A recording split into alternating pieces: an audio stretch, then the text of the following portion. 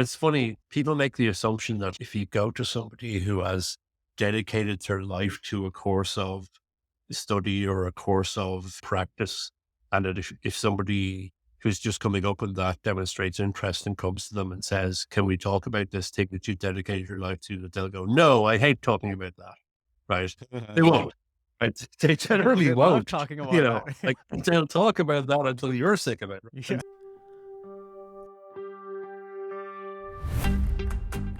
Welcome to the Software Misadventures podcast. We are your hosts, Ronak and Guan. As engineers, we are interested in not just the technologies, but the people and the stories behind them. So on this show, we try to scratch our own itch by sitting down with engineers, founders, and investors to chat about their path, lessons they have learned, and of course, the misadventures along the way. Hi everyone, it's Guang here.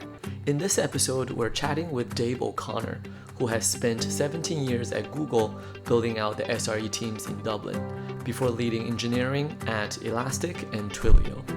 The focus of this conversation is around mentorship and coaching. Like, how do you go about asking someone? What do you talk about? What kind of goals should you set? And how do you go about sunsetting an existing mentor-mentee relationship? Both Ronak and I really enjoyed learning from Dave, not just because he's had a ton of experience on this subject, but that he's done a lot of introspection before arriving at his passion for it. Without further ado, let's get into the conversation. Dave, super excited to have you with us today. Welcome to the show. Thanks for having me. So we thought we would start with asking you about your time at Google. Mhm. You were the first SRE hired outside of the US. Can you tell us more about how that happened? Yeah, I mean, technically, if you wanted to split hairs, that is true. I ended up interviewing at the time. This was 2004, and the tech industry, such as it was in Dublin, was quite small. So I'm based in Dublin, Ireland, and so I knew some folks who already worked there in different parts, and I got referred, and all of the usual stuff happened.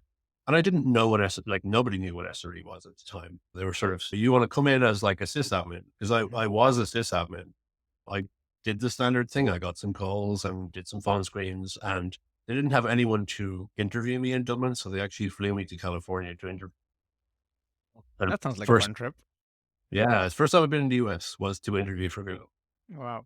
So this was obviously in a sort of a small, such as it was back then, place where a lot of the foreign direct investment of big tech hadn't really moved into Dublin just yet. And so this was quite unusual. It was, yeah, definitely an eye opener coming in. And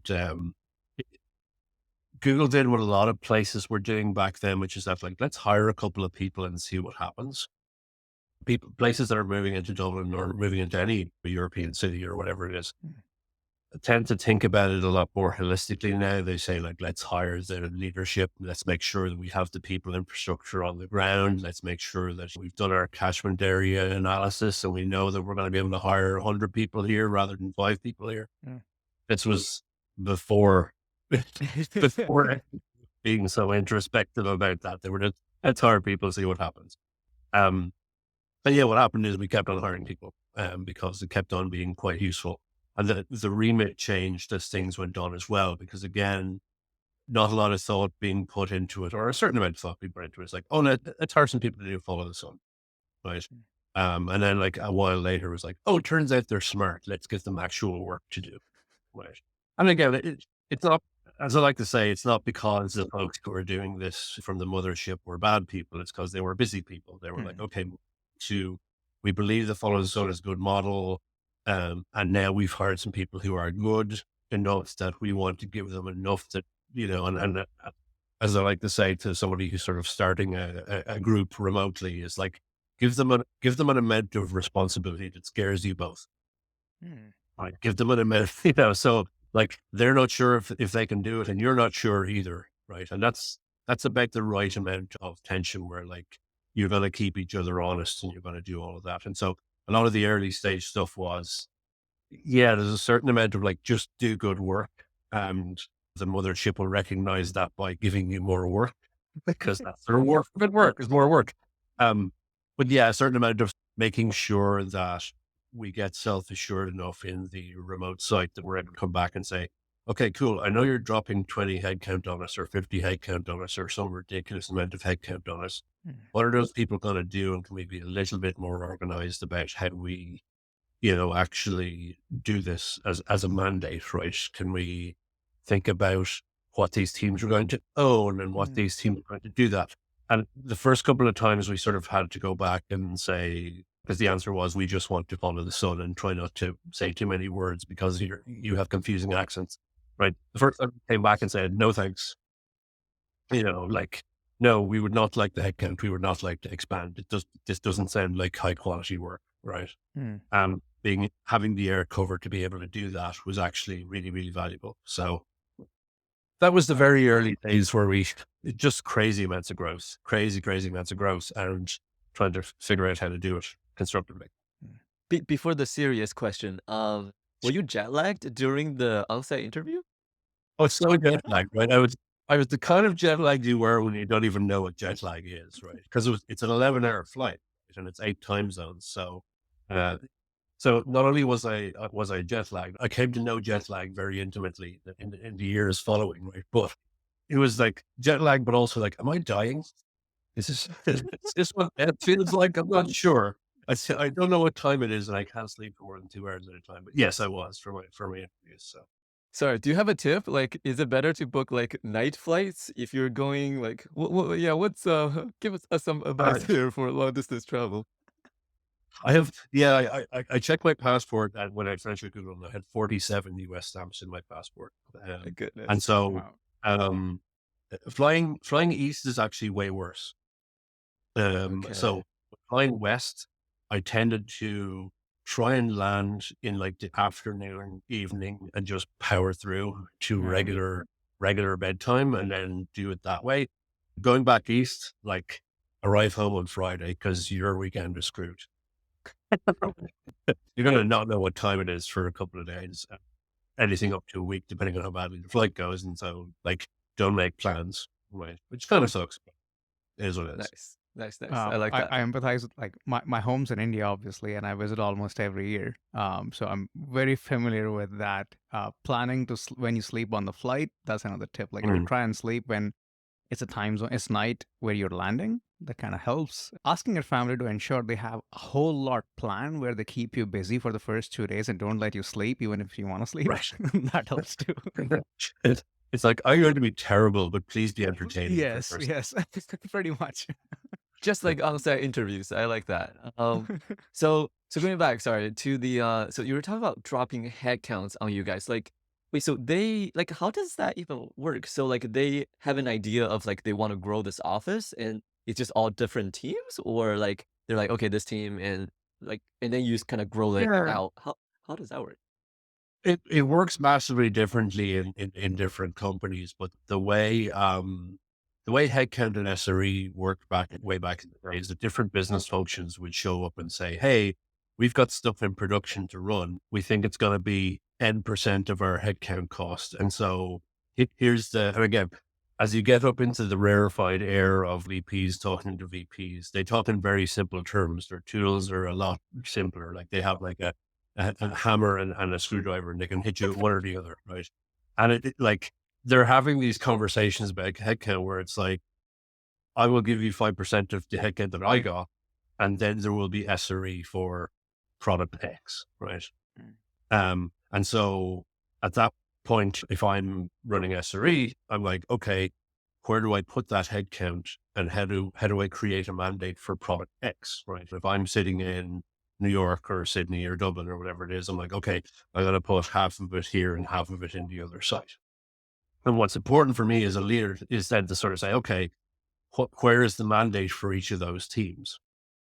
What is one of those teams like doing everything and the other team is just like follow the sun, right?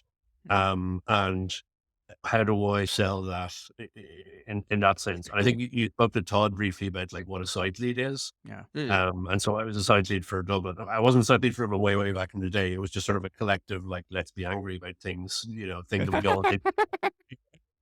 That's not how Tom put it. That's not how Tom put it. Well, yeah, site leaders, which you concentrate all of the anger into one person. And so other emotions too, I'm sure.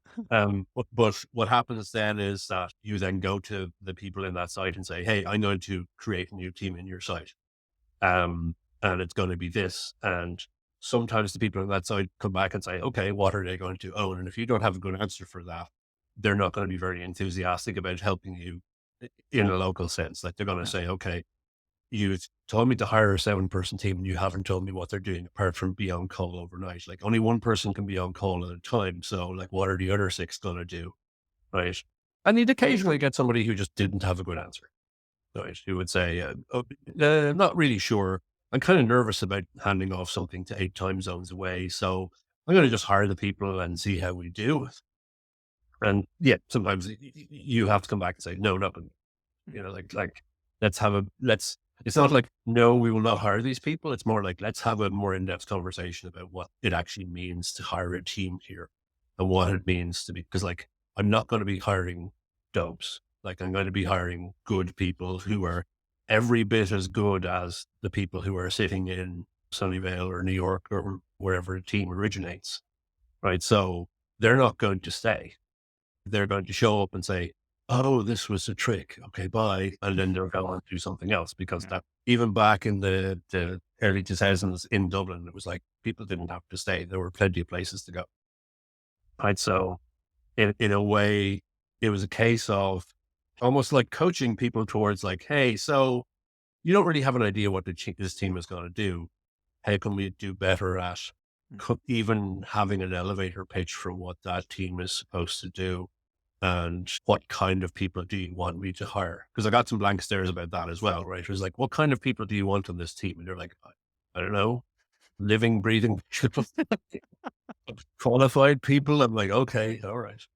So yeah, there's an element of, there's a responsibility in a way of being a forcing function for quality in the site, especially if it's a site remote from the mothership, the locus of control of the company itself. That is one of the biggest struggles I've seen with offices that are not like that is in a different time zone, especially across multiple time zones where the overlap is you have to either wake up too early or stay up too late to have a decent overlap of time. And I think this is the biggest challenge. Where like, what is that team going to own, and something that is meaningful, something they don't have to keep waiting for the HQ to tell them what to do about, and something they can feel an ownership for because that's how they feel motivated to do the work too. And I've seen some teams do this really well, but I still see that as a struggle, especially when it comes to infrastructure, for example, where it's like this stuff is supposed to run all the time. Yeah. And there's 2 main things that you really do have to be on top of. Like there's no substitute. And one is defining the mandate of the team, however you want to do it. Like put together a sort of a roles and responsibilities thing. And even roles and responsibilities can be a bit of a cop out, right? Put together sort of an ownership matrix, right? By ownership, I mean ownership, right? I don't mean like, hey, you're on the hook for this thing that's annoying. It's more like, hey, you're on the hook for this thing happening and I don't care how you do it. I don't care. I mean, really don't care. Like I'm not going to show up and start second guessing because as you say, you need to be able to devolve and to say, I've got like a 1 hour, 2 hour overlap in my working hours with you. So I'm not going to be chasing you about this. I'm just going to make sure that like we put together OKRs or objectives and that they get done. Right. Yeah. And the second part is making sure that you're regimented in how you use that time. Right. And how you're going to be using that time in a useful way, and that because it's peak meeting time, right? And you want to be very conscious of people's time and energy and effort and be up to date on the things that you need to be up to date on and be able to do a lot of the other stuff asynchronously, right? I as a lead don't want to be showing up in my precious hour or 2 of overlap time a day and say, give me an update on everything.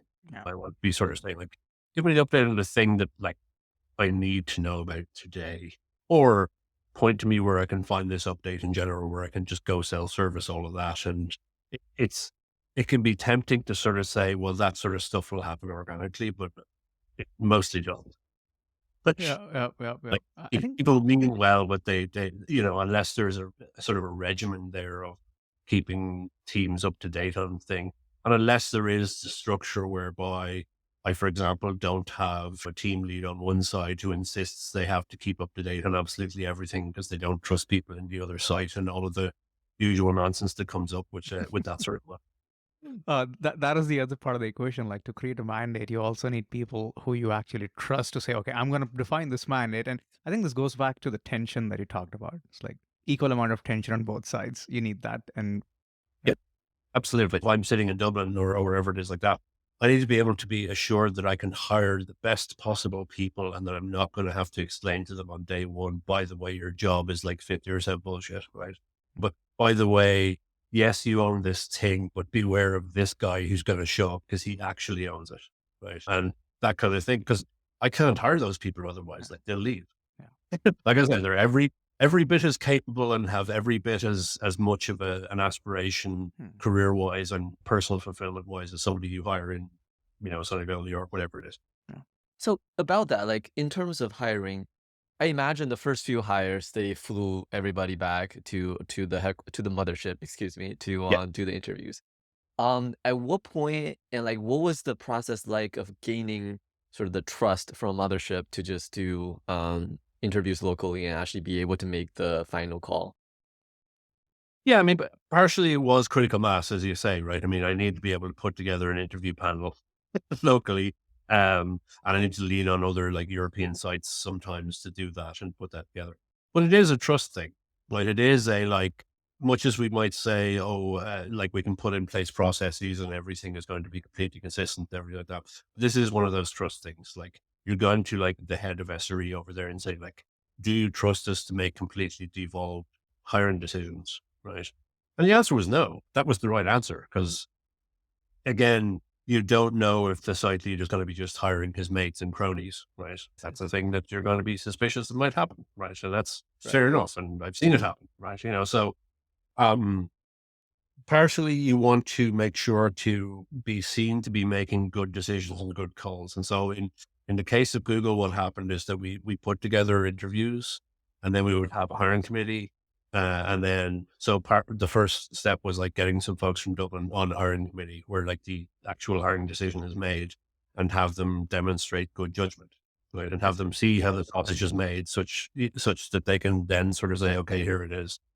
And in a lot of cases, you could do it. We would do it in a staged basis based off of like, we had our applicant tracking system, which is sort of like a proto greenhouse way back in the day, where everyone would enter interview feedback, and the interview feedback was quite structured. And if you wanted to make an assertion about like the quality of interviewers in Dublin, I could point you at their interview feedback and say, okay, is this good or bad feedback?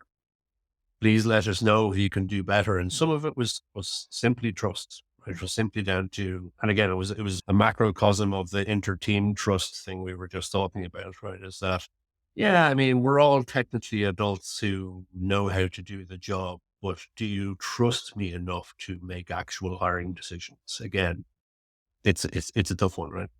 Nice. That's a lot more legit than what I was thinking, which is if you make one good hire, you get 2 more headcounts. If you make one bad hire where someone steals all the office snack, then you take off 1 headcount. Anyways, sorry. Like Rather management by capriciousness and punishment. Yes, I know. No, I think back, certainly up until I want to say about 2010, we were never headcount constrained.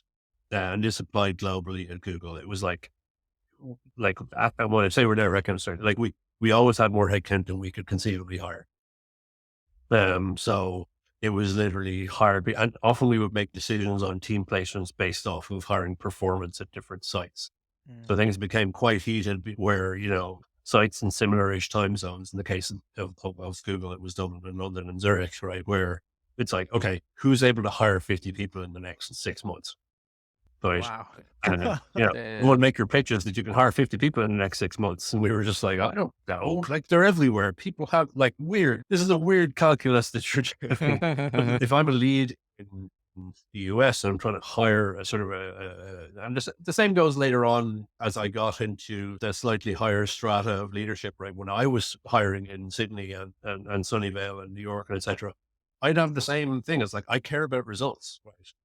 Sydney, can you hire me X people in the next 6 months? And they would come back and say, certainly we can. And I'm like, well, your track record suggests otherwise. I'm not like, Yeah. Sydney, but Sydney is a very fine site, but that's what it became, is that again, as an overall global lead, as I became, like, I had to care about results, and I had to care about, like, I don't care about the details of how you do it. Can you do this? That's fine. You'll go with what's good for the business then. So, as you were mentioning different sites and offices, one of the challenges, at least when you're starting up a new site, and if you don't have that anchor person, Mhm. culture is another part of it too. It's like, yes, you need some Yeah. people, you need the mandate, you need the people there, but at the same time, you also need some of that culture to also propagate to that site. Obviously, every site will have its own identity that works. It'll look slightly different from every other site, and I think that's okay. But part of, like, um, I don't know the right word for this, but what you say, that it feels like the same company. It still feels like the same team, just a different Yeah. office. How do you make that happen? Um, so to an extent, the answer is that you don't. Okay. Right. So I want to break down kind of partially what you're just describing, but also something else into two things. One is culture, Yeah. and the other is values. Yes. So when we talk about what we want to instill in a new office, if you're setting up a new office, right? Do you want to instill the values, be they sort of engineering values or other values, into that office, right? And actually, if you go look at well, Google has their thing, and if you go look at both Elastic and Twilio have their thing as well. It was part of what attracted me to those two companies, right? Where it's like just like, here are um, our values as a company. And Twilio has like draw the whole owl, and be an owner, and all of these kinds of things, which might look like corporate nonsense at first glance, but they are serious about these things internally. And when you think about, like, what are the parts that you want to 100% instill into every single engineer at the company, those are your corporate values. Those are like, these are the things that we care about. This includes diversity and inclusion, and this includes, um, here's how we think about product, and here's how we think about the balance between product and reliability, and all of these sorts of things. And that's great. You want to 100% do that. Culture is a lot more fungible. And you said, like, okay, the culture can be different in different offices. It's going to be, and it should be, right? You want to take the parts of that, and hope that the office sort of forms itself around something good and useful and unique that will attract people, right? That's not the only outcome you want, but for the most part, if you get some folks in a random place, on the planet, and within the catchment area, for the most part, people are going to be gravitating towards Yeah. that place. They're going to form their own culture. Yeah. Right. And I was involved in some of this stuff earlier on in Dublin, where it was referred to as, like, let's make sure that the Google culture comes to Dublin. And for the most part, what the parts we really cared about getting installed was values. Mm. It wasn't culture at all, actually. Um, um, Obviously, you want to make sure that the local ish culture doesn't sort of go off the rails into anything toxic or anything that's, like, at odds with our values. But for the most part, I tended to sort of separate these two things very much in my mind. Um, and it's why, for the most part as well, like, a lot of the engineer brains that I was working with saw these, like, hey, let's do cultural related things, and their eyes glazed over, and they didn't want to hear about it, right? Because again, it's a taxonomic thing, right? Values are like, you can unequivocally get behind those. You can Yeah. say, okay, here, for example, what our CTO says about how we do this, that, the other, right? These are non-negotiable. These are things that you sign up to by coming to work at this company. The rest of it gets invented by whoever happens to work at the office, Yeah. and whoever you're interacting with locally. Yeah, that's a really good distinction, I think, culture and values, and that makes sense. So you mentioned Elastic and Twilio. These are the other two companies that you worked at Mm, after Google. And right before the call, mm, we were discussing remote work. And these two yeah. companies actually have, or have had a remote work culture pre-pandemic. Mhm. And pandemic kind of forced a bunch of teams to work remotely, and some of that is changing right now, which is also interesting to say the least, where people are being asked to come back to the office and not everyone's happy about that. So I was curious, like, can you share what makes the difference in this case? Like, what does an actual healthy remote culture looks like that doesn't get reversed? I think with remote work, first of all, yeah, COVID was an enormous an enormous sort of curveball for lots of people who have been having the discussion about like, well, how much do we like people working from home? Because we called it working from home before we invented terms like hybrid and what have you. So in a lot of cases, we were already having these discussions. I know when I was back at Google then at the start of COVID, and we were having these discussions like, can we sort of formally allow people to work from home 1 day a week? Do we think the sky would fall if we allowed that to happen? Right. And so that all, sort of went out the window for a while when COVID came along and everyone was at home for a while, right? Is that like, oh, people can work just fine at home, except it wasn't actually true. People could work just fine because they were in crisis mode.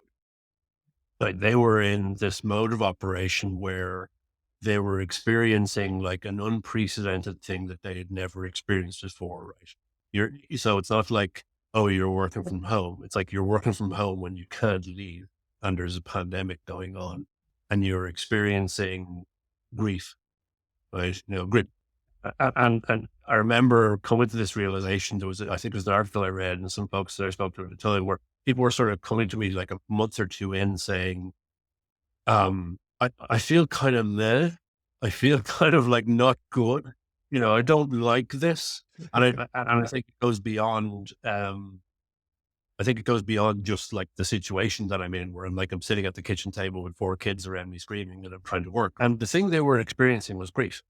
Right? It was no different from any other kind of grief that you experience when somebody just takes away a part of there's a part of either how you operate or how you self-actualize or how you sort of, define your existence that just got taken away one day. It was gone from one day to the next.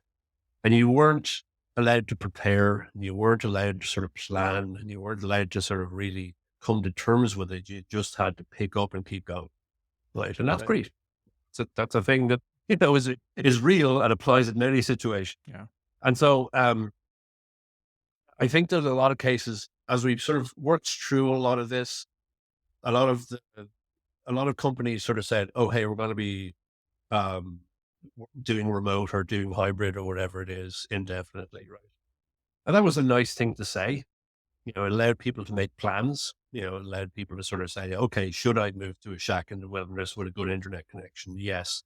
Okay, I can do that now." A lot of those same places didn't really follow through on a lot of the things that were required in order to do that. Because again, these things don't come up until they become emergencies. One of the primary things that I kind of was thinking about because I was involved in it at Google was we had an apprenticeship program for like career changers or people coming back to the workforce for people to learn how to be SREs. And we had interns and we had step interns coming in for the job functions and everything like that. That all just went away. It was gone. Right. And so I was like, how do we turn people from fresh new grads who have never experienced the workplace into people who can exist in this ecosystem? And nobody knew. Like we don't know. Right. And so I think it's very comforting for a certain personality type to say, well, I've been perpetually online my whole life. I can deal with this. But the thing is, like, that was the concern, as one of my coworkers put it, like, are we breeding a new generation of cave dwellers, right? Is there going to be just a whole generation of engineers who haven't really learned how to operate in a fully office-based collaborative environment, right? And is that and if we're doing that, is that a good thing? Like our one thing I always had in the back of my mind as I came from everyone talks on the phone to everyone sort of looks into a tiny video conference to what we have now. Yeah. Will the technology get to a point where we don't need to all be sitting in an office looking at each other, right? And I think my approach to that is sort of over the years is refined in that I think we probably have. Like if you don't need to go to the office today to do your work. That's fine. Do you need to meet your coworkers every so often and develop real relationships with them and understand that they are humans and everything like that? Yes, right. You do, right? Do you need 3 days a week? Do you need 3 days a week for that? Probably not. But then we get into then we eventually get into what you were asking about is that there's a crucial difference between saying, oh, hey, we're fully remote, or, oh, hey, we're hybrid, and saying, oh, hey, we're fully remote and hybrid. We've actually made some decisions that we can't take back there. Like, this is how we now structure our work. Here's investments that we have made in working asynchronously. Here's the real changes that we have made around business practices and reporting and all of these things. Like, we have divested our offices, right? This one is one big, example of that. Saying, yeah, I think this is public knowledge. I think Twilio shut down some offices, right? Because they were serious about it. They were saying, like, I mean, we don't need these offices anymore. They have low occupancy. We're going to provide people with the ability to get hot desks in WeWork or whatever, whatever emerges from the ashes of WeWork. And that we consider to be a better investment than keeping an office space. And that's a sign that somewhere is serious about this. They're making a decision that, that they can't take back, right? Whereas if you look at, for example, Google, who have gone explicitly in another direction, they have like hundreds of millions of euro of real estate in Dublin alone, right? They're not selling it. they're not getting rid of it. And that's fine. That, like, they get to do that. They get to turn around and say, here is our direction. Here's where we want to go. But the challenge, especially for folks looking around at jobs and being told about hybrid work or remote work in the last 6 to 12 months, and probably for the next little while, is you don't know if the employer is actually serious. So when I was looking around, I looked for these signs of how serious people are. So are you still investing in real estate? That's a good indication. Where are you actually hiring people? Are you still trying to hire people within certain catchment areas? Because that's kind of sus, right? Another interesting one is like, what time zone is the center of the universe for you? Because it's not a bad thing that it is. For example, Elastic, the center of the universe was like East Coast US, which is somebody sitting in Dublin was great. But it beat West Coast US. And that's something that if you're asking people to work asynchronously or to work collaboratively across time zones, which you are, is super important to think about, right? And even down to stuff like what collaborative tools do you use? Like, do you use Slack for everything? Do you use, like, again, as you get down to brass tacks of like, how do you actually do work, right? You can often spot a lot of the sort of like, well, we get the team together, like, I guess roughly that, and you can tell kind of the difference between folks who are really taking it seriously and who are just running themselves a bit ragged, right? And who really need the shot in the arm, which is back to the office, right? And once we're back to the office, everything will be wonderful and back to normal. Right? And we're at a point where I'd personally, I'd rather companies were upfront about it. So when I think it was Amazon, they're recently saying like, we're going to go back to the office. And I was like, great. Horrible for people who have made investments in moving to a shack with a good internet. That shack, that shack, Right. But like, horrible for those people. I truly empathize with those people because I did something similar years ago. But like, I'd rather companies set out their stall and said, here's where we want to go. Here's what we want to do. Right. Because there's nothing worse than having the carpet ripped out from underneath you when you've been told something different, or when it's been assumed that this will happen, right?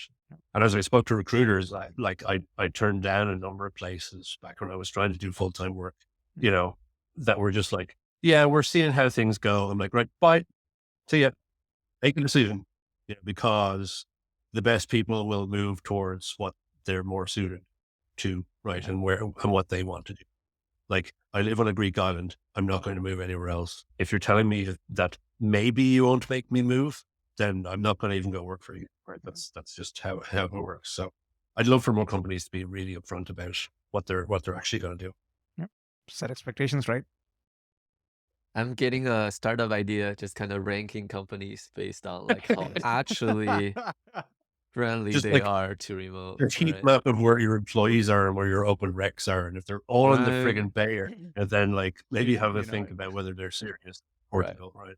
Right. Our listeners, do not steal my idea. All right. So from Twilio and Elastic and Twilio, now, as you mentioned, you're doing kind of two things, and we want to pull threads on both of those. But we'll start with the coaching part.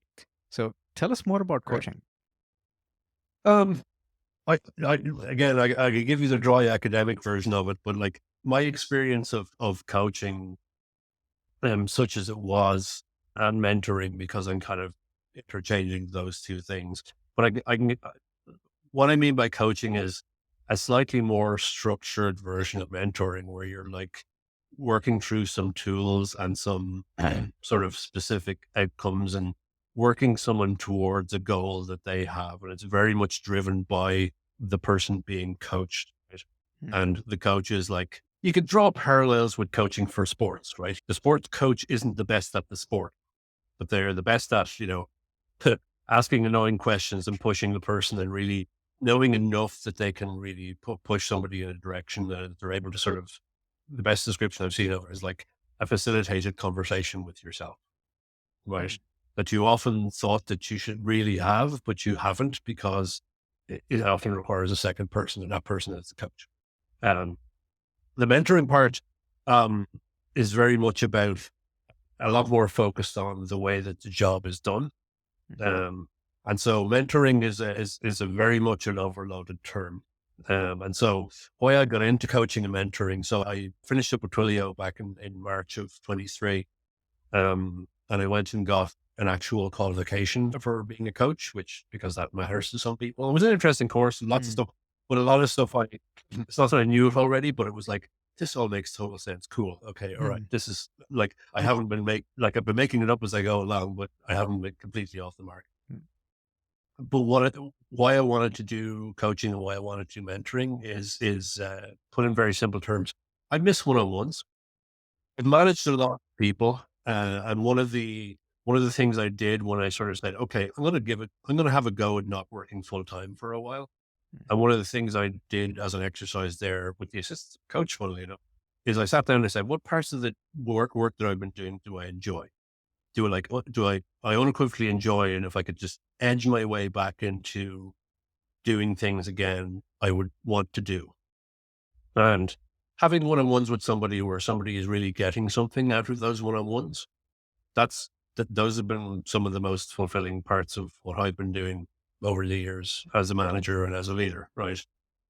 Is that people come back and say, like, the thing that you said was not bullshit, and I would like to, I would like to subscribe to your newsletter. So if you look at it purely cynically, I wanted to be able to like sign up to, have a number of one-on-ones per month or per unit time that is the right amount for me, given how busy I am right now, which is not very for the next little while, but I will get busy. And then be able to sort of say, okay, that's it. And, obviously there's money involved, which changes the equation a little bit. Mm. But for the most part, it was something that even if I do go back to full-time work, which I expect I will at some point, Mm. it's something I want to keep on doing. Right. Is because the important part of, and one of the big things of finding a coach or finding a mentor is often smaller companies don't have the capability to do that, right?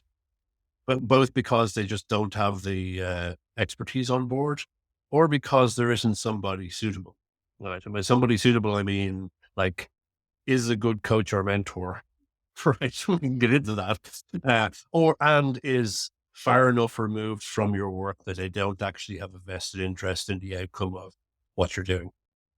And I think that's a huge plus when you're going out finding a coach and mentor, because oftentimes, and again, I'm most familiar with how Google does coaches and mentors, right? Which is you show up and it's like, this person is your mentor. They're on the next team over.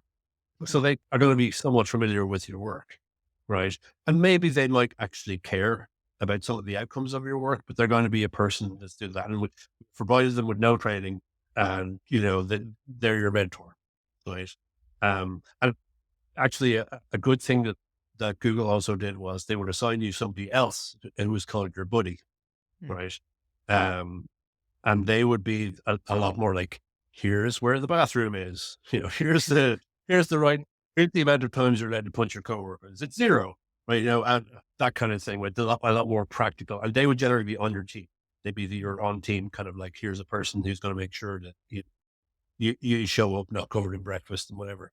So the mentor would be awful lot more about like, okay, let me guide you through the sort of the corporate hellscape of getting up to speed on everything at such a large company, right? And that's all great and all, but at a small-ish company, it's a lot more, that person's probably going to care about what you're doing. And they shouldn't, right? And in many cases with a mentor, and it's why, again, I've specialized with technology folks in particular, and then an added bonus is SREs, because that's my background in particular, right? Is that I can mentor SREs, right? I still have enough left of my thumbs that, I understand a lot of the technology, and I'm able to sort of give people slightly specific advice. It shouldn't get too specific, but one of the key things that I bring to the table in a lot of these sort of external coaching engagements is I don't care what you do. And that's an advantage. Like, I don't care whether about the sort of political landscape of, whether your project is useful or is going to get funded or everything like that. But if you're asking me like, hey, how do I deal with a certain situation? Or, hey, how do I put together SLOs for a service like this? Or, hey, how do I do X, Y, and Z? That we can segue a little bit into like, okay, next session is going to be, we're going to sit down and look at the SLOs for your service. But the session after that is going to be about whether you want to be an SRE at all. That kind of thing. Like, and again, you can get that at a large enough company because there's just going to be this sort of panel of folks who are somewhat suitable. And the same goes for execs, right? If you have somebody who's a brand new director, right? Are there other people who have been brand new directors and could probably talk to this person? At a large company, absolutely. At a small company, no way. Right. So that's kind of the nuts and bolts of what I'm up to, is sort of providing that for smaller companies needed. So many follow-ups. Okay, so when you said you really missed the one-on-ones, my Yep. first thing that popped into my head was I was rescheduling a meeting with my manager. He pulled out his computer, look at the calendar. There's like 7 one-on-ones back to back. Oh man, his face, he was not of joy. So you mentioned what you liked about one-on-ones, but like what makes a good one-on-one? And for people, like, do you tell them like, hey, right, like we only have this much time every week, like, do this to make it more constructive? Like, how do you think about that? Yeah. I was a little spoiled, certainly in the last few years, because a lot of the folks that I would have been managing directly were quite senior. So a lot of my direct reports would be directors plus, right? Or staff engineers plus, right? And so I got to cheat a little bit there, in that what I would say to these folks is generally I would have bi-weekly one-on-ones, and I would say, these one-on-ones are about you, right? They're not, I don't want a big long list of updates. Maybe we can bring some stuff where I can help you specifically, and that's great to do with the work that you're doing or the projects that you're doing. But for the most part, like, I want to hear, like, don't wait for a one-on-one. It's why I did bi-weekly rather than weekly, just so there was long enough of a time that I could still be grumpy that somebody waited until the one-on-one to tell me about something. Right. So I, yeah, sneaky like that. So like the one-on-ones would be about them. We'll be like, okay, let's talk about either your career, something that you're dealing with at the moment that I can help with by not doing anything outside of this room, but just giving you advice or etc. That where we can just have, sometimes it was just a conversation about a given subject that they needed a sounding board for, all of that sort of stuff. And all of the sort of like, oh, hey, here's an update on my project. Oh, hey, here's a thing I really need you to actually do. I was like, do that in real time. Come to me async with that stuff. Again, being in a remote company helped with that. But obviously not everyone gets to do that, but that's if you can cheat and do it this way, that's what makes a good quality one-on-one. What makes a good quality one-on-one previously is, I had a similar calendar to the one that you saw. It was probably similarly terrifying, where you'd have like hours and hours of one-on-ones every day.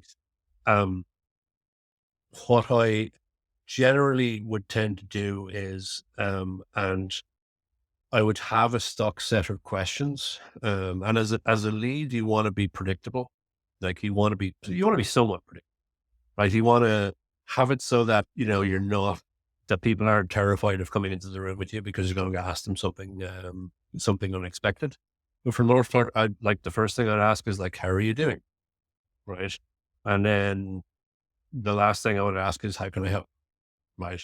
Now that's about as much structure as I put on one-on-ones because different people need different things, and so you might see those 7 one-on-ones, like, some of those last 5 minutes, some of them it's like people showing up saying, do we got anything to talk about today? No. Okay. Coffee. Okay, fine. Right.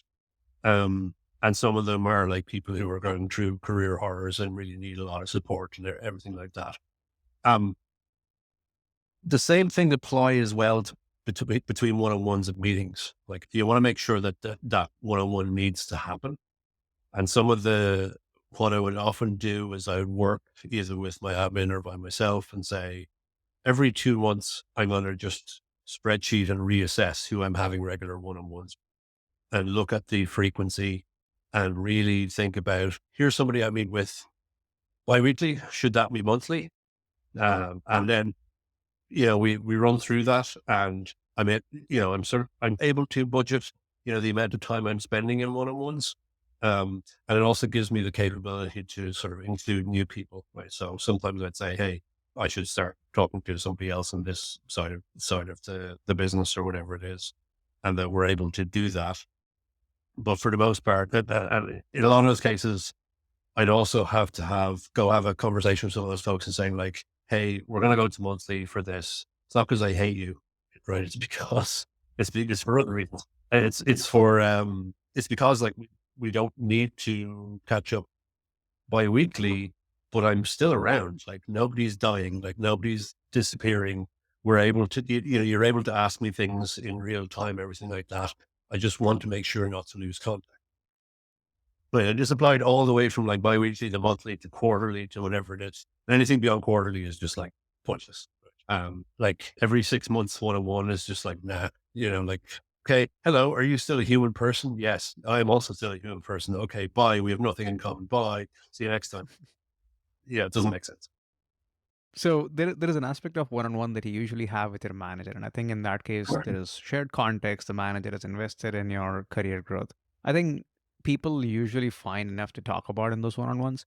But when it comes to having a mentor, especially at big companies where you get matched through, let's say your manager finds someone for you saying, hey, this person is probably a good mentor for you through, I've seen both sides where it's like the manager recognizes what you need and has worked with someone else at the company who is probably a little ahead of you, Mhm. who's good at the thing that you can get better at and then kind of match you up for some time.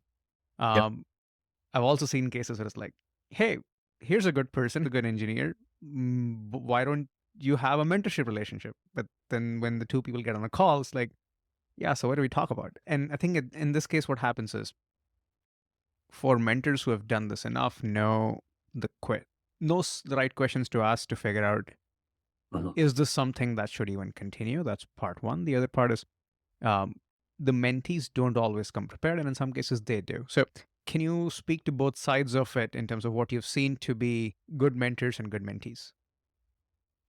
Yeah. And again, I think one of the primary mistakes in finding a mentor for somebody that I've seen, and this applies more so with internal mentorship and internal coaching specifically, is treating it as or allowing it to be seen as a kind of a remedial thing, Mm. whereby the manager is like, oh, hey, I think it would be good for you to talk to a coach or a mentor for a while, right? Mm. That can be a tough thing for especially a senior person to hear, because they're like, how am I screwing up? Right. And again, as somebody who does coaching and mentoring professionally, I'm just like, that's probably the primary obstacle to more people engaging with a coach or mentor is that they see it as a like, well, there's clearly something wrong with me. Right. And Guang, you had mentioned earlier on that it's like, oh, or you implied earlier on, like, how can you miss one-on-ones if, they're so horrible all the time? And the thing is, with coaching and mentoring, I'm generally, as an external partnership, generally I'm talking to people who have already self-identified as I could do with some help from a coach and from a mentor. And so there is a big hump between like somebody going along business as usual to arriving at the doorstep of somebody saying like, I, with the full sort of knowledge of everything that is happening, I'm coming to you as a coach and a mentor, and I'm doing this because I see it as an investment in my future, as opposed to because I screwed up, right? Or because I've got clearly missing parts of my, abilities that you can fill in, right? Because neither of those things are generally true. Like if a manager goes to a person and says, "Hey, I'm going to go get a coach for you," because generally either it costs the time of a senior person or money, both of which are not in unlimited supply. So that's one of the major parts of framing that relationship in the context of something that's positive for people. Hmm. In this case, like, let's say someone recognizes that they want to invest in their growth and they seek out someone, let's say internally in this case. Yeah. Uh, what's a good way to structure that conversation from a mentee's perspective? Say, Yeah. hey, let's have a Um, mentorship. Like, because many times I've yeah. seen people reach out to other senior engineers to say, hey, can you be my mentor? And the person's like, well, what exactly do you need help with? Is the first question someone would ask. It's like, let's figure out if Yeah. this is a good fit. How should mentees think about it being a good fit? Get cake is what I would say. Yes. Yeah. Bribes. No, in a lot of cases, that senior person is still just a scared monkey who thought sound how to think, and they're thinking to themselves. They're not thinking like what when they ask like why, what do you need help with in particular. What they're actually asking is why me, right?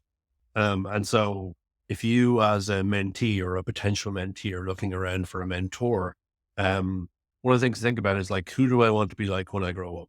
Right. Or who clearly has the skills or has gone through this sort of crucible that I feel myself wanting to go through. Right. And so some good examples of this would be like, I'm thinking about whether to become a manager, or I'm a brand new manager who clearly hasn't done this thing. Like, do I know somebody who has been through this battle and, come out the other side only semi-scathed, and can I bounce some ideas off of them and do that?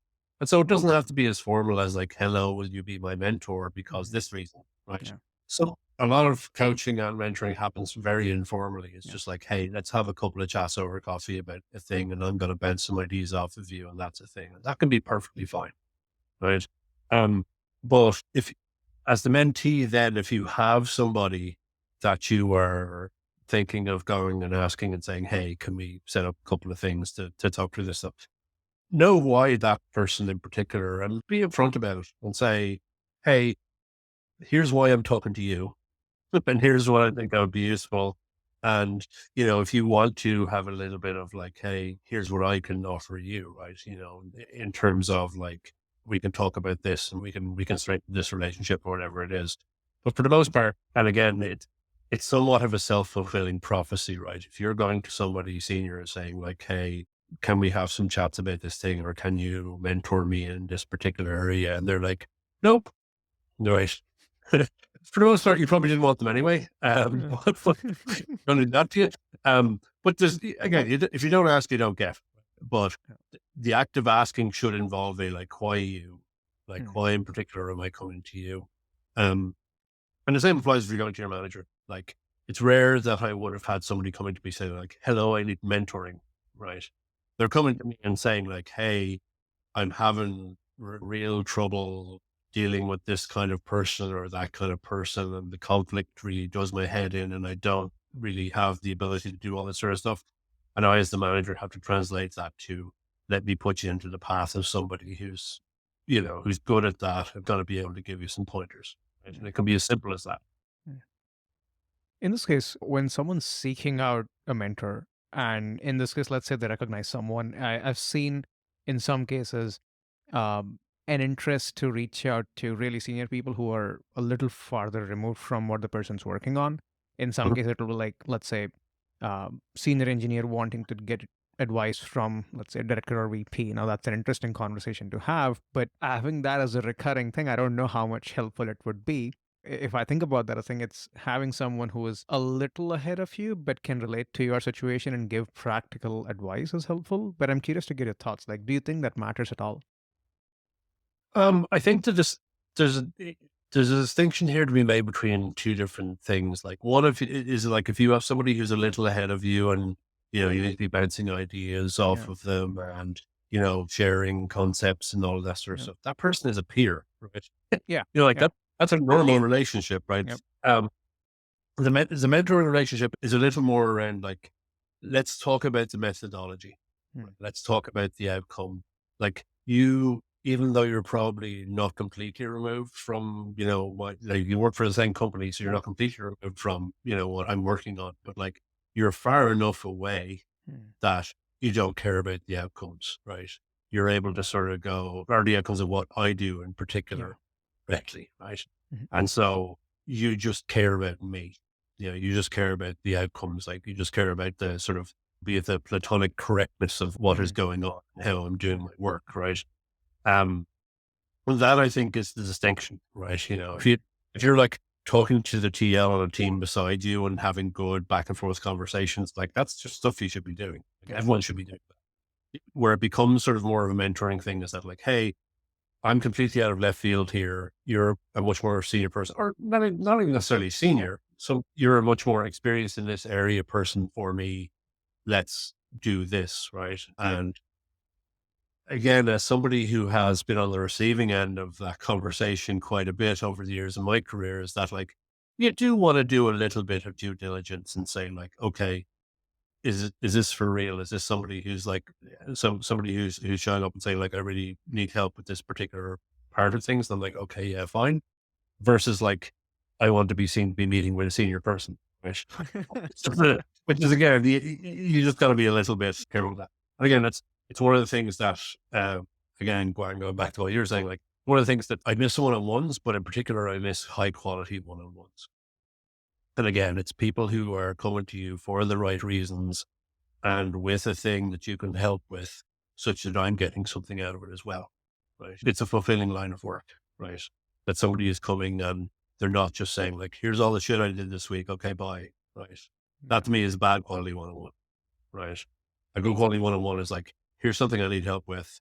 Here's the general lay of the land in particular, where I'm able to sort of say, okay, let me push you in a particular direction, and that you're able to then come back. Maybe not next time, but like time plus one or time plus two, and say, do you know what? That actually really helped. And that's what I got. That's great. I really wanted to go back to that of like, for each one good one-on-one where they want to subscribe to your newsletter, there's, I imagine, 10 where you're just like, like, cool story, right? Like, but how, like, as a mentor, from the mentor perspective, like, how do you do the diligence that you mentioned? Like, how do you kind of, get, and like, do you get rid of the people that are just, or like, you move them down the spreadsheet? Like, how do you deal with low quality one-on-ones? I mean, same way you deal with regular things. Like, obviously, there's a huge distinction between like a low quality one-on-one you're having with like somebody way off into the organization somewhere, and a low quality one-on-one is like one of your directs or one of your indirect reports, right? If you're having low quality one-on-ones with them, that's kind of on you, right? Because it's something that you should be pushing for that to be of higher quality or whatever it is. But to a certain extent, like if I'm meeting with the head of the Biddly Bop department somewhere off there and we just stare at each other for a couple of minutes in every one-on-one, yeah, I'm going to do that less often, right? And the same applies to meetings, like meetings with multiple people in them already, right? If there's a weekly meeting and nobody's really getting a lot out of it and it's just happening by momentum, somebody has to have the diligence to be able to say, is this meeting nonsense? Can we have it less often or not often at all? Right. And everyone breathes a sigh of relief when we all go about our business. But yeah, there is a distinction to be made between like good quality one-on-ones where you're responsible for that quality. Right.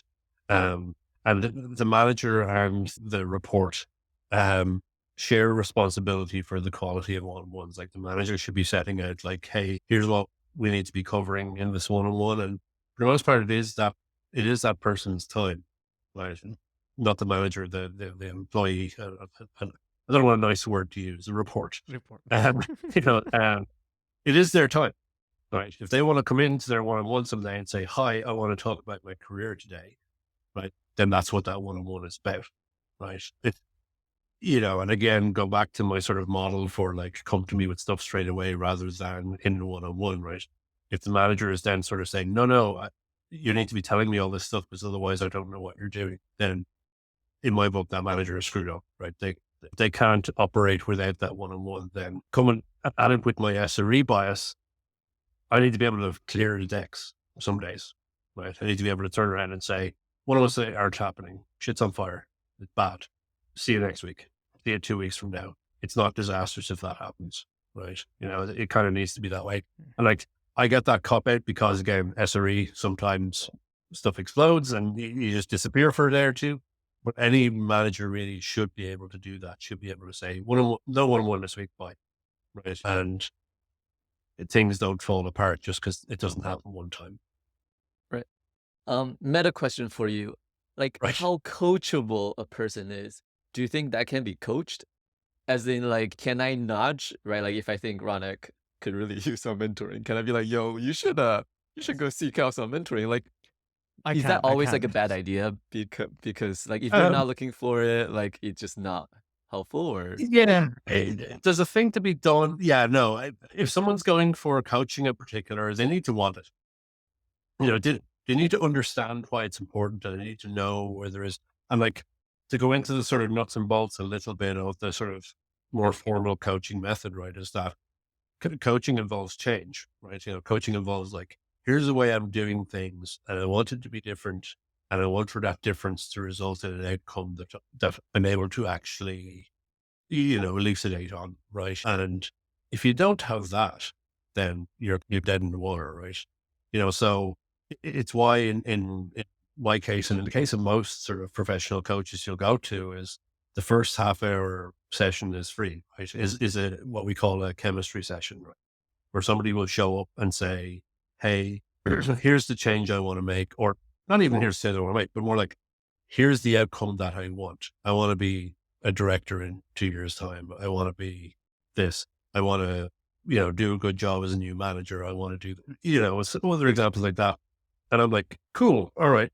Now we can kind of work together. You know what you want and you're prepared to make a change and commit to a change in order to do that. And the change is not just a change in your situation, but a change in how you go about your day-to-day business and your longer term business. But if you have a manager who's like, I'm going to get you coached, right? and and the person's like, no, and then they show up to the first session and you're like, my manager sent me, right? It's a waste of time.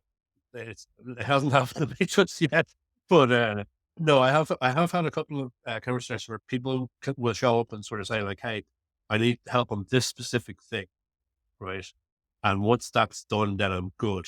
And I'm just like, all right, I don't think I can help you with that, right? I think there's probably somebody who in your workplace that can help you with that specific thing, right?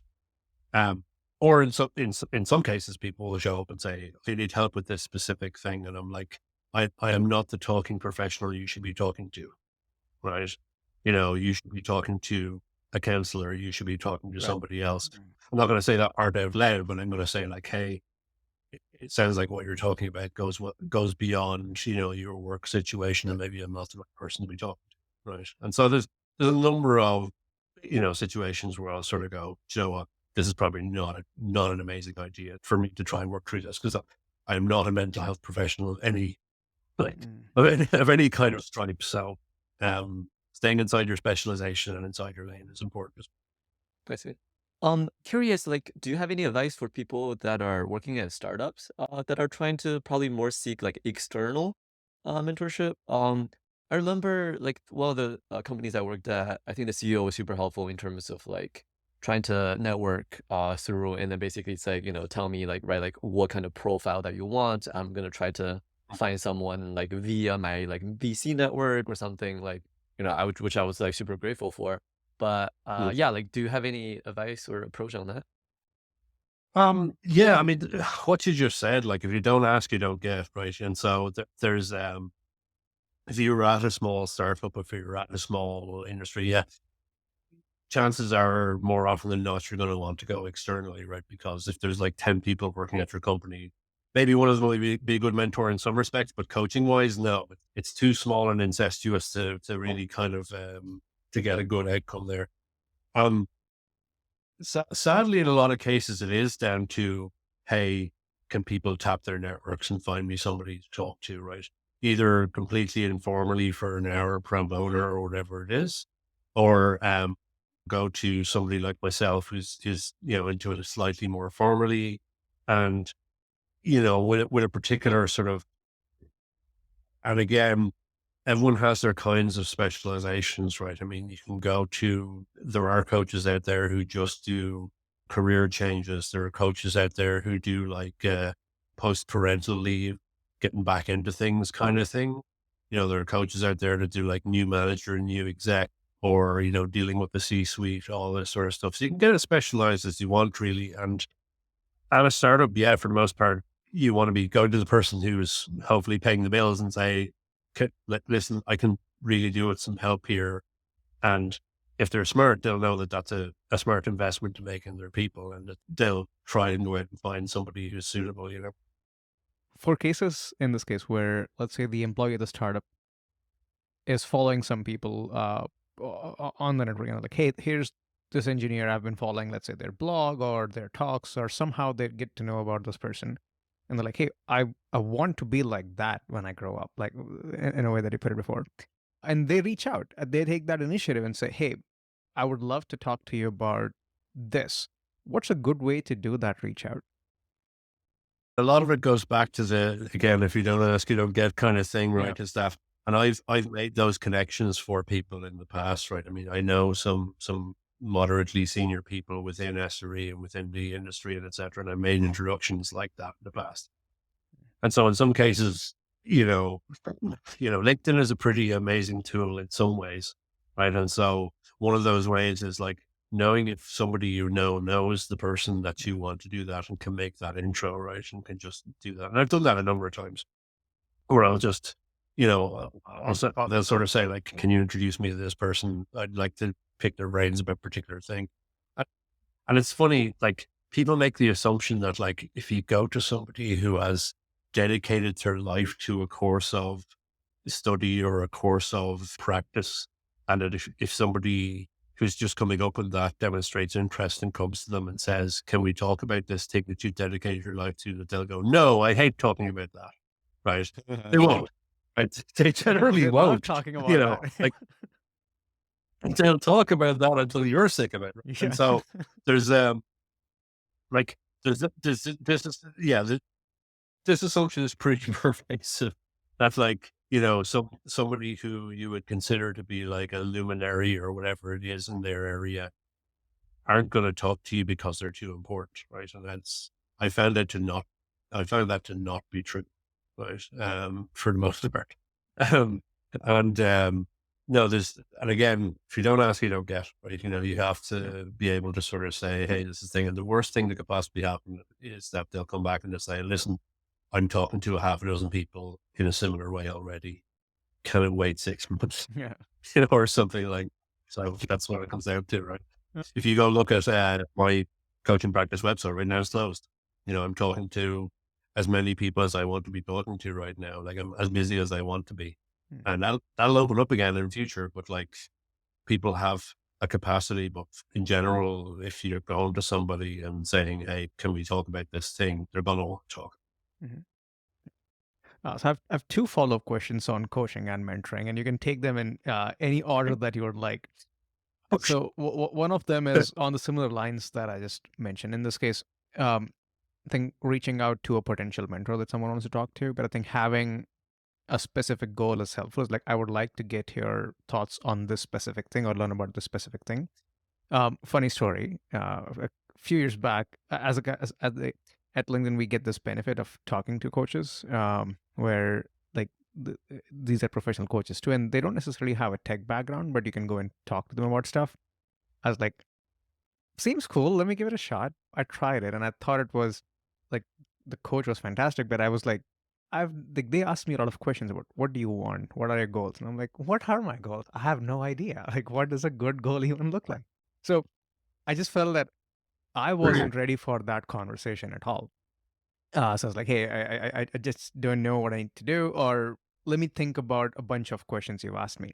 What I'm getting at is, what do some of these good goals look like when someone reaches out to someone and say, hey, I would like to pick your brains on things? An obvious one that I've seen is, I would like to get promoted in X amount of time, or I would like to get promoted, period. Like that's the most common one I've seen, but I've not seen others apart from, I'm dealing with this difficult situation that I need to know how to handle better. So that's one question. The second one, I can wait on the second one. Let's do this one. Let's do that one. No, because it's a really excellent question. And I'm not just doing that to solve for time. It's one I was hoping you'd ask. One of the most prevalent things, and again, I've firsthand experience of this, right? One of the most prevalent things especially in tech, I want to say, is that you're around people all the time who really don't have aspirations, right? Or they don't have aspirations that are focused outside of just get promoted, right? And so that's a very, very normal thing. And it's in some ways, just based off of my last year or so working with a lot of folks, it's actually kind of sad, right? Is that you have folks who are, at varying career stages. And again, if you're at early career stage, it's actually fine, right? Like you want to get promoted. Yeah, sure. Right. You reach equilibrium. Yeah, sure. Right. You get to like staff level engineer. Yeah. Okay. Or director. Yeah. Okay. And I run into people who get there and then go, well, now what do I like? Yeah. Right. And they genuinely don't know. Right. And I was in that situation a number of years ago, right? Where I'd gotten to where I'd gotten to at Google, where I was kind of going like, okay, well, what's next? And the thing is, there was like beating your head against the promotion, door until you reach the age of 65 or earlier, if you're lucky, right? Like, do you want to do that? Right. And I often had, again, and you intimated it there, right, in the back of my mind, like, what do I actually enjoy doing? Right. What is it that I would do for free? Maybe, right? If I had my bills covered, I was able to live comfortably and I would do it for free, right? I would do it in return for food and board, so to speak, right? And, and I genuinely didn't know. I have no idea, right? Because you've just been moving towards some sort of nebulous goal you can't quite put your finger on, but is punctuated by levels and promotions, right? And so, somebody that I was studying with as part of my coaching studies put it very succinctly. They said, like, if you come to an industry like this without your own aspirations for what you want in life, your employer will be happy to provide those for you. Just like the free lunches, just like Yes. whatever it is. They'll give you the standard issue aspirations. Yeah. Right. And those standard issue aspirations hopefully will last you for your career, but oftentimes they don't. And you get to a point where you're like, some people get to this point at like senior engineer or at, mid sort of career sort of stages where they just go like, I hate this. I want to do something else, like, and I work with people, another good example is going into management, right? Where I worked with people who were managers for several years and hated it, right? But the thing is, they never actually sat down and were willing to sort of really talk through and work through, like, do you enjoy doing this work? Right. Yeah. Because if you ask them that question in that many words, they give you this puzzled look, right? And they sort of go, I don't understand the questions, right? That's really sad.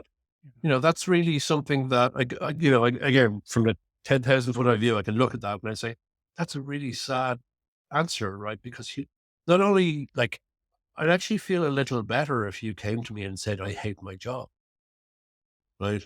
You know, like, but I have people coming who are like, not saying they hate their job because that's tractable. You can deal with that, Yeah. right? But people who are coming to me and saying like, not only do I not know if I hate my job, I actually don't know what I like anymore. Right. And that's sad. To get a little closer to answering your question of what a good like problem statement looks like. And in your particular case, when you spoke to a coach and you found yourself having those sort of invasive thoughts of like, I don't know what I want, I don't know what my aspirations or my goals are. That's something a coach can help with, right?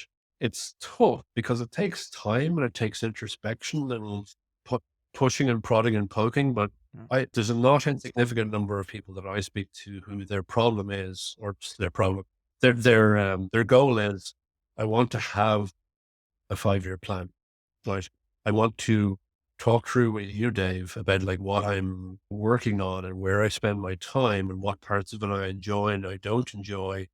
Um, and then I want to put together a career plan for myself. And maybe that'll involve changing employers or changing job tracks, but I don't want to jump the gun by taking any rash decisions now. I want to go through it with, as I sort of said earlier, like a curated conversation with myself about this stuff. Because that's a very hard thing to sit down and say, wake up on a Tuesday morning and say, do you know what?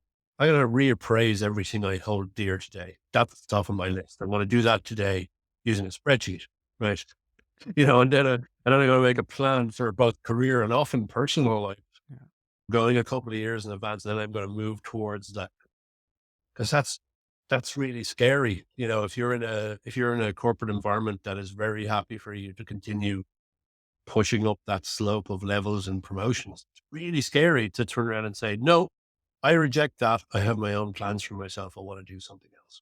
And even coming up with those plans, as you say, is a very fine thing to go to a coach with and to say, hey, I'm on I'm in the rat race, so to speak. Like I'm there. I'm not sure I want to be in it anymore. Right. I want to figure out what I want for myself and what parts I like and what parts I don't like and structure something around that. And so again, that's been my journey. That's what I've been doing. But anyway, to actually answer your question, oftentimes the conversation becomes, I don't know what I'm like. And so, let me see what parts of that you were enjoying, were not enjoying, maybe workshop that a little bit. Another one would be the like, I'm a senior engineer and I'm about to become maybe a staff engineer. And so I'm going to lose my thumbs. I'm going to not be really writing so much code anymore. And that makes me feel squicky and I don't like it. How do I make sure I'm being just as useful in a non-code writing mode of operation than in a code writing mode of operation? Because I spent the last 20 years doing coding Olympiads and being really, really good at typing at the computer. And now I need to be really, really good at saying things into the computer. And that's scary. Right. And so, that's another one. It doesn't have to be very sort of nailed down. In a way, like you come and I've had a chemistry session where I said, hey, you don't need my help, right? Because somebody came and said, hey, here's the thing that I really want to do, and here are my plans to move towards that. And I'm like, cool, have fun. It sounds like there's not a ton I can do. Like that all sounds like a very fine plan. You should do it, right? And if you're not there yet, then yeah, talking to a coach might potentially move you towards things. And especially again, a coach who's familiar with the background of your career can help as well. I two follow-ups that I don't want to miss. So there are two cases you mentioned here. In one case, for folks who may not necessarily have access to a coach, but want to figure out an answer to this question, or at least want some structure to think about this question, which was, what do I actually want? Do you have any resources that folks could look at? And obviously, like if they can, please go find a coach, but not everyone has access to that. So in terms of resources, I don't have a direct answer for this. Like, I mean, logically, if you think about it, you should just sort of like read up on the differing career paths. Like read the staff engineer's path and read the manager's path and go through that, but go through it with a filter of like, what do I enjoy doing? Right. What brings me joy, right? And joy is not a word that is often used in a corporate setting, but you do have to let that in occasionally, right? And there's sort of a pervasive meme in society that like, oh, it's okay for you to hate your job, right? That's just something you got to hold your nose, whatever number of hours a day, and deal with it, right? And I think that people generally buy into that because change is scary, right? And change is scary, right? People are conditioned to hate change, right? And much of my career has been spent dealing with the outcome of people who hate change. But there's reading through the past and seeing what it is. Stay off of LinkedIn because it's full of people with brainworms who think hustling is the path to true joy. So people, please don't. Um, talk to, spend your time around people who you feel you want to be like. Right. And that's, I mean, very careful with that phrase because it can be interpreted to mean like only hang around with your type of people. Yeah. Think about whether you can box off some time to really think about this in a 10,000 foot high view way, right? And some of this can be like, take a day or two off and go sit in a park somewhere and think about what you enjoy, right? One of the methods from coaching, which is one of the back office secret cabal tools that are used within mentoring is what's called the CIA method, which is very spookily named, but it's essentially you breaking down things into what you control, C, versus what you can influence, I, and then what you must accept, A, right? And so I've gone through this exercise with a number of folks, right, who are just like, I don't know, I don't like what I'm doing, but I'm not sure why, and stuff is stressing me out, and et cetera, et cetera. And just do your list of 3 things, and then in a work setting or even in a personal setting, just sit down and say, like, what do I have direct control over? Right? So what can I do? Like the obvious one there being, I can quit. Like you can quit your job anytime you like. It might be a good idea, but you can't. Yeah. Right? What can I influence? Like where can I use my influence internally to affect change and how this happens? And often really thinking about like what you can do just by agitating and by asking, and you don't ask, you don't get, right? We keep going back to that. Yeah. And then the other part, which is accept, right? And here's where people tend to trip up a little bit because they write stuff down and then they find themselves saying, oh no, I shouldn't write that in accept. I should write that in influence, right? Because you've got your amygdala working away in the background there, right? You've got your animal brain going like, well, I just got to accept that. Like, if I don't do as my boss tells me, I will die. Like, he will kill me, literally, right? Because that's the default threat. Again, we're still scared monkeys who thought sand had to think. We hadn't done this 50 years ago, and now we've done it. And so you come to accept this as part of the sort of the instinctual sort of like, well, okay, do you have to accept that your job is full of interrupts and shitty, right? Or do you have to accept that certain things are true about your organization? Do you have to accept that you have this toxic coworker? Do you have to accept certain things like that? Or do you have a certain degree of influence? And if you have a certain degree of influence, how can you affect that influence? Often that's the most effective exercise if you're sort of doing it, if you're doing coaching at home in your bathtub, right? Is that just writing down those 3 things: control, influence, accept. And as you're writing down, pay attention to when you're about to write something down and then you're like, oh, hang on, I can put this one step up, right? Then think about what you can do to actually affect that influence or affect that control. Because again, oftentimes people are their own worst enemies. So like, okay, I'm doing too much on call. I don't like doing so much on call. I spoke to one person many years ago, right? I'm doing too much on call. It stresses me out. I don't do too much. And I went and looked and they were volunteering. Like they were volunteering for more on call, right? And like, it was for the money, right? It was like, okay, right. So what you're saying is you like money more than you like being happy. That's weird. But you have direct control over that. You can stop volunteering. Someone else will take up the slack. You have control over that, right? You don't have to sort of, you don't have to sort of like exert any kind of influence over anybody, right? You don't have to ask even. You just say, oh yeah, I'm not signing up for next couple of weekends. Way. And it's mad what you can run into when you really start just writing all that stuff down, the stuff that stresses you, or even the stuff that doesn't stress you out, that just has an effect on your day-to-day life at work. What can you control? What can you influence? What can you accept? And how can you move things between those spheres? I love that's like a really interesting twist to the prayer for serenity of like right the may the God grant Right. me the serenity to accept the things I cannot change, the courage to change the things I can, the wisdom to know the difference. Yeah. I'm going to visit that. I wouldn't be surprised if somebody came up with a base over that. But the courage part is the important part, right? And in a lot of cases, coming coming back to what you were saying, Ronak, right around people often they don't have the aspiration to change the situation because they don't know where to get started and they hate change. And that's okay. That's not a character flaw. Like hating change is an instinctual thing, right? So yeah, it's a good comparison. I hadn't heard that one before. Cool. May I just follow up on that because like, is it okay to instead of find something that gives you happiness, to find something that you hate the least after trying a bunch of things? Is that something you can be content with? No, not the Or same thing. should your life mission be try to find something that makes you happy? Is that not all of our life missions?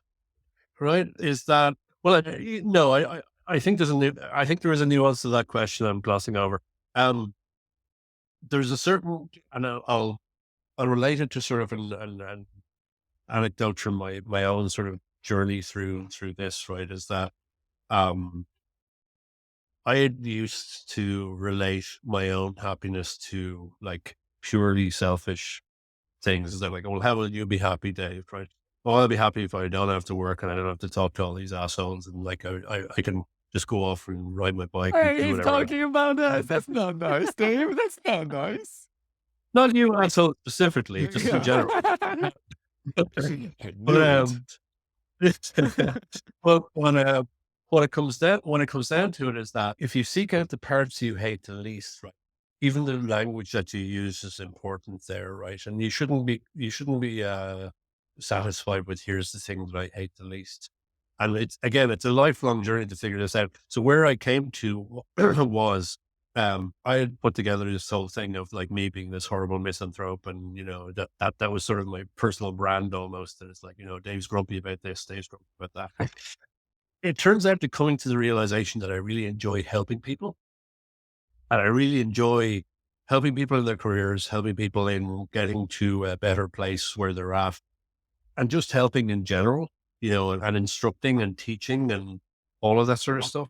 I really enjoy it. It took me a long time to really just fully internalize that realization and say, like, you know what? Even though I wouldn't have said this out loud 5 years ago, 10 years ago, now I'm prepared to say it out loud. And it's like, that's something that I enjoy. Because again, you wrap up a lot of your sort of psyche in like, oh, well, here's what makes me happy. And again, I referred to, the people with brainworms on LinkedIn, right? Where they say like, if I just hustle hard enough, it will bring me joy, right? Because that's what I've tied up a lot of my sort of brand or psyche, even to myself in, right? A lot of people are really unhappy. I'm gonna go out on a limb and guess that, right? Um, but getting to a point where it's not something that you're going to be able to just sort of say, oh, right, I've come to the realization that I really enjoy helping people and teaching, and that is something that brings me joy. Couldn't have done that myself. Couldn't have figured it out myself. Needed to really sit down and work through and do all of that sort of introspection in a slightly more structured way, right? Um, and yeah, there's no harm in sort of sitting down and saying, what are the things I hate least? Let me do more of those things. It's advice I've given to people many times. It's just like, what do you like about this job? Okay, change your job so that's more so your job, right? And that's precipitated people sort of like, the big example I'll give is like people who come and say like, I really like running projects. I don't really so much enjoy coding anymore. I really like pulling people together and making it projects are working smoothly and on time and people are happier with it. And I'm like, have you considered the possibility that you might be a program manager? Right. They were like, but I'm an engineer. And I'm like, you can be both, and that's again, coming to that realization is often something you can't easily do by yourself.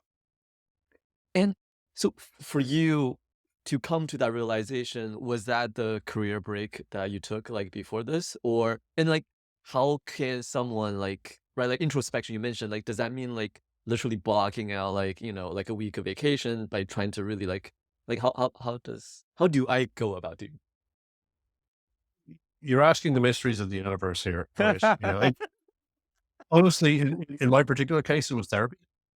Not to Okay. put too fine a point, but it was a lot of it is down to really going out of your way a little bit and going out of your comfort zone a little bit to recognize that it's like, are you happy with the status quo? And if you're not, do something, right? And that's what it comes down to, right? It's like, if you're happy with the status quo, go at it, right? Going and finding a coach and mentor because you heard on a podcast that can really accelerate your career is probably a shitty idea, right? It can't, like, it might, but for the most part, like, if you're going into it with the attitude of like, let me really unlock career secrets here, I'm gonna do that so that I can more effectively post on LinkedIn about how I've unlocked career secrets.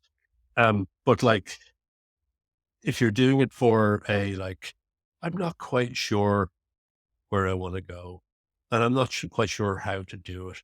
I know it's in there somewhere, but I need a little help getting it out. That's where coaching is at. That's what coaching is about. The mentoring part is a lot more practical, as in like, I'm not quite sure what a manager is supposed to do. And I don't have anyone here who was going to sit me down and tell me, so can I come and ask you a bunch of questions, or can we go through something more structured? That's more so mentoring. Oh, no, this is super helpful. So thanks for sharing all this. Well, We've been talking about mentees. I had a question for mentors here. So yeah, in this case, if someone comes to you asking question that you can answer or you can help someone figure out like how to be a manager for a first time manager, for yeah, example, I think those are the easier ones. But there are yeah, cases when you end up with a mentee who you have been helping for a while and then it goes on for 6 months, and after that you have a recurring meeting on the calendar but you don't have much to talk about. yeah, um, and mentors at that point want to kind of say, hey, maybe it's best we don't continue this on a recurring basis, but you know what, just let's do yeah. this ad hoc or reach out if you have a question. And Mhm. I know people feel uncomfortable about doing that. I would feel Yeah, uncomfortable. I've felt discomfort in doing that myself. yeah. I'm curious, what are good ways you've known that people can use to kind of do this? Yeah. The way it's specifically approached, and certainly the way I do it is, I'll have my same rule zero that I have for performance management, which is no surprises. And so when I take on somebody as a client, I'll send them what's this called, a coaching agreement. Like, and it's not even a legal document. It's just here's how we set out the thing. Right. And so it's to do with stuff like, if one of us doesn't show up, here's what happens. Right. And one of the things in there is that, like, if you're the client, you can stop anytime. Right. There's no commitment. There's no sort of like, we'll continue going. I generally start off with like 4 sessions as sort of a minimum, like, we're up to speed with each other and we know what we're going. And generally they're monthly.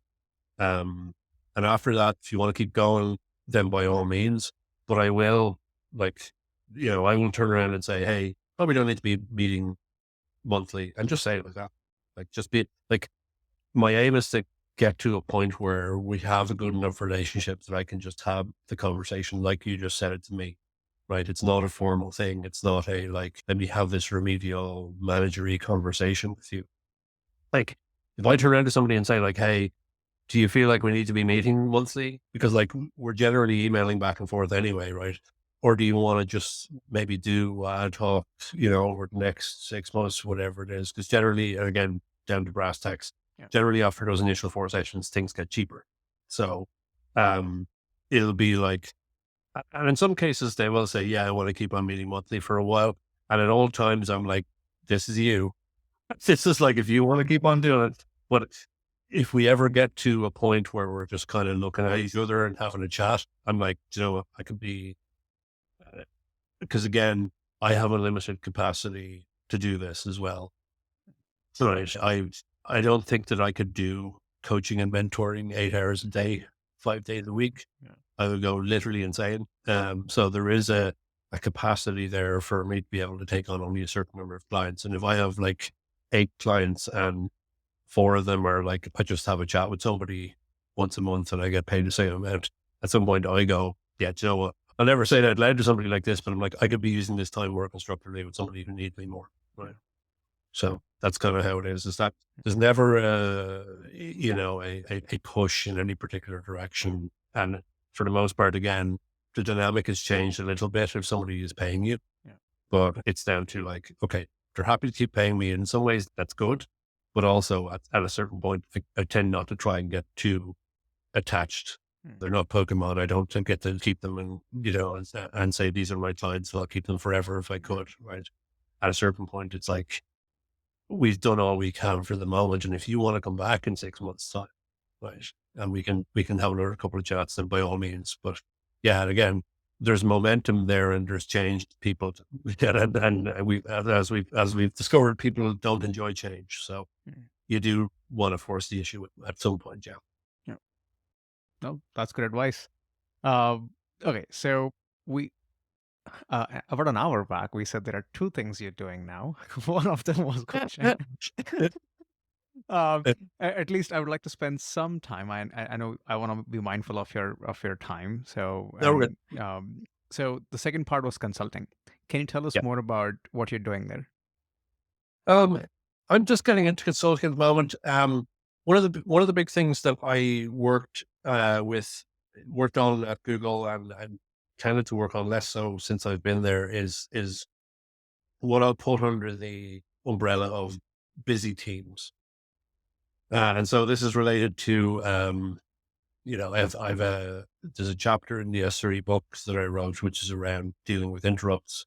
And that's a sort of a part of this, right? Is that coming into a team that's using its time, inefficiently is the wrong word, but like using human effort in an inefficient way when we could be using computers and robots and et cetera instead. And there's a lot of chat in the industry at the moment, if you'll pardon the expression, about how generative AI is going to replace all of us, right? And so, without getting too far into that as a conversation, right? One of the things that I will assert, I guess, and say is that a lot of the toil that humans on teams, be they SRE teams or support teams or IT teams, have to deal with, is not technically sourced.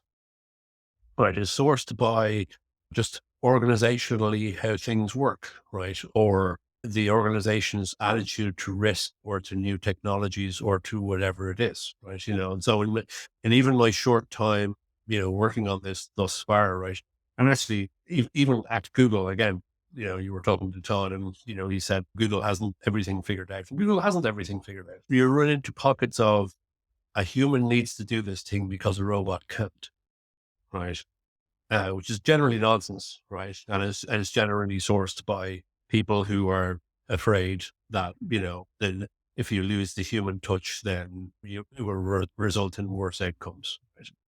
And I don't buy into a lot of that. In a lot of cases, there are a lot of teams out there, at least a career's worth of teams for many people, that are doing a lot of toil and they don't need to. Right. And so, much as, and again, I like to help. And part of that is working with these teams to take sort of a more data-driven approach to how they're spending their time and how they're respecting their time. And this applies to SRE teams, what I was doing for a long time, where, doing team transformational leadership, where you go from, a team that is I believe one team had their own little logo, which was a rock with eyes staring at a dashboard, right? Team was rocked with eyes staring at dashboards, and when they saw something that they didn't like about the dashboard, they'd make a shrieking noise, and then an adult would show up, right? And that's a genuine model for teams in operations and in production and in IT at many, many large companies around the world still. And it's nonsense, right? Because again, yes, technology has taken over a lot of that, but the thing is, there's a huge difference between like somebody in a tiny startup somewhere has developed an LLM that can, give you an acceptable CSAT score if you just fire your entire support team and plug it into your website and everything is fine. But like, we're a generation away between that being true if you want to and people wanting to, right? And we want to move towards that. We want to move away from humans being busy with machine work. But in a lot of cases, it's a case of being a little more data driven about how you spend your time, and a little more like, there's no silver bullet to it. Sometimes you just want to be like, hey, 50% of your ops team's time is wasted. Here are the stats and figures. And so I can work on that a little bit. And the other part is like, hey, your team doesn't respect itself, right? Your team is doing low quality work and they love it, right? That kind of thing, right? Where I can make recommendations and I can move teams through particular things, and I can talk to leads of teams and do all that. It's a bunch of what I got to do in some sense, and had a bit of a reputation for doing, for better or for worse, at Google and beyond. And it's something I miss doing, right? Something I enjoy doing, something I get a lot out of. It sparks joy, when I see teams whose time was being wasted, and in a sense, they didn't realize their time was being wasted, going from that to being like, oh, now I'm doing useful engineering work and the robots are doing work in the background. This is war, right? And that's amazing. I love it. So that's the other part of what I'm doing at the moment, right? And again, if you only pay attention to LinkedIn, and if you only pay attention to tech news, you can imagine that like somebody will be showing up to shove you out of your chair any minute now because an LLM is going to take over your job. But anyone with an ounce of sense knows that's mostly nonsense. But even on top of that, like, most of the time, when people are doing shitty work that, a robot could do, it's not because it's impossible to automate away. It's because somebody somewhere has decided that we're not going to, or somebody somewhere doesn't understand that if you build a system in a certain way, there will always come demanding more blood from people. Oh, yeah. Right. And so it's true everywhere. It's still true at Google, I can tell you that much. And it's still true basically everywhere that produces production systems, is that so little effort is put into having it so that like, there's always the crutch of like, oh, well, then it'll just page. Right. And I was like, okay, are you going to answer that page? Person designing the system? Of course not. Right. Yeah. So there's a lot of work to be done there, and it's something I care a lot about. So that was the other part of the check boxes for something I want to be spending most of my time on. Yeah. I think we can spend probably an entire episode talking more about busy teams, which is fair at this moment. Doing it for a while, and then maybe, yeah. But I have one question about consulting in general. I think that there might be other people in a position similar to yours, not necessarily same domain, but they've spent majority of their career developing expertise in a domain, and at this point, they're also introspecting rather, like what do I want to do, and they might come to this conclusion that, hey, I've developed this expertise that I was known for during a full-time job over different companies, and now I want to help others. How did you think about structuring consulting? And when I say structuring, what I mean is defining an area where you say, like, this is what I'm going to do. In your case, like helping busy teams. How do you put out the word in this case? Because I think I don't know if it comes naturally to everyone. It might seem odd, maybe not, depends on the person. And then how do you go about like even structuring the financial aspect of things? Like, how do you decide the cost of whoever comes as a client in this case? Like, what are ways to think about this? This is a tough one because, again, I'm not an expert on this. I'm brand new to it. Yeah. I'm just sort of a neophyte. And again, I have probably the same concerns that you might have if you were getting into this, right? Is that like, am I charging enough? Am I charging too much? Because if you put out a rate and say, hey, I'm charging this much, and somebody comes straight back and says, yes, certainly, you're like, shit. So, because they should be coming back and questioning that, shouldn't they? So, in some ways, I kind of get to cheat in that, like, I'm going to be trying this for a while. right? And if it doesn't, it's going to pay the bills Mm. because my bills are modest. So I get to cheat in that sense. Mm. But it's more so on top of that. And one thing you mentioned around like getting to a level of expertise in a particular area and doing that and etc. Like I'm not going to be using a ton of my expertise in how SRE is done particularly, because again, that's my background, right? Mhm. You can get this horrible sinking feeling in the pit of your stomach. And I know I've gotten it over the last 6 months or so, where it's like, I spent a long time building up this sort of expertise and this reputation as being sort of an expert in this area. Would it be a waste if I didn't use that knowledge? I mean, that's one way to think about it, right? Is that like, Yeah. wouldn't it be a waste, right? And to an extent, it kind of is. But again, the other part of it is that like, what do you like doing? Or what do I like doing? I like helping teams that are in trouble. I like sense rather than nonsense when it comes to, humans versus computers doing jobs, right? And in a way, a lot of the kind of the answers to the what makes you happy questions are put in very simple terms, right? I like helping people not have their time wasted on nonsense that computers could be doing. Right. And that's like, again, how do you formulate that into a business plan and get people to pay you actual money to not something to that? Again, uh, again, I get to cheat. I have a reputation. I have the ability to go on LinkedIn. Like I haven't done that, but I have, if I wanted to, I have the ability to go on LinkedIn and say, hey, I want to do this. Somebody please give me a job. It's, there's no easy way and no silver bullet. It's just like going out to your network and saying like, again, going to your sort of personal board of directors and saying like, hey, I'm thinking of doing this. Can you look over my business plan? Can you look over my little website that I've made? Does it sound like nonsense to you? Do you think this is something that people would pay for? And in general, I've had people come back and say, yes, of course. Why are we even having this conversation? Because again, I'm my own worst enemy, and people generally are their own worst enemy when it comes to really pushing the boat out there, right? Yeah. So in that sense, like I don't have specific advice on how to go and get people to pay you to do the things you enjoy.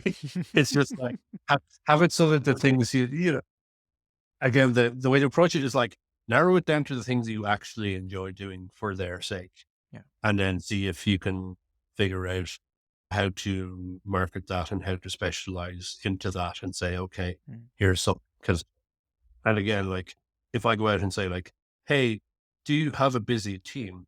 Is that team wasting its time doing work that computers could be doing? Here's my background and qualifications. I can help in doing this at a fairly high level. Do you think there's a lot of teams out there that are in that situation? Of course there are, right? But then you have to narrow it down to like people who are prepared to, who are prepared to trust somebody to come in and that they're not actually bullshitting them, right? And it's tough. It's tough out there at the moment because there's a lot of people who've just been laid off who are saying, I should be a consultant. So there's a little bit of sort of tragedy of the commons going on at the moment with that. But yeah, it's something that you do need to be able to sort of sink a ton of time and energy and effort into, like just testing the waters and testing the sort of market for what you're trying to do. Makes sense. Well, Dave, thank you so much for sharing all this with us. There are many more questions we would love to get into, but like busy teams is just one part of it. But probably another time, and we hope you do come back on the podcast another time. And before we let you go, is there anything else you would like to share with our listeners? No, that's the worst thing to push on somebody at the very end of a podcast. Usually it's like, do you have any pluggables? He wasn't me. He was Ronak. Just for the record, he wasn't me. I didn't ask the question. You can You can totally say no. You can say nope, nothing, and that's totally okay. I'm going to plug the books of a couple of friends, and then I'm going to plug my own websites because why not? Yeah. Two books I find myself recommending a lot, both technical and non-technical, that you should think about. You should read Service Level Objectives by Alex Hidalgo. It is a very good book about service level objectives. And you should read The Staff Engineer's Path by a good friend, Tanya Riley, which is an excellent book on transitioning from typing into computer to speaking into computer kind of engineer. That's all good. It's the worst possible time to be asking me about my coaching practice because I'm not taking new clients at the moment, but I will be at some point in the new year. You can go to strategichopes.co. That's my coaching practice. And it's a really bad time to be telling you about my consulting practice because I'm starting a contract next week. And so I'm not going to be available for a little while. But my consulting practice is at coservant.systems. So yeah, that's my plugins. Awesome. Well, thanks for sharing that, and thanks for coming on the show, Dave. Really appreciate it. Thanks for having me on. Dave.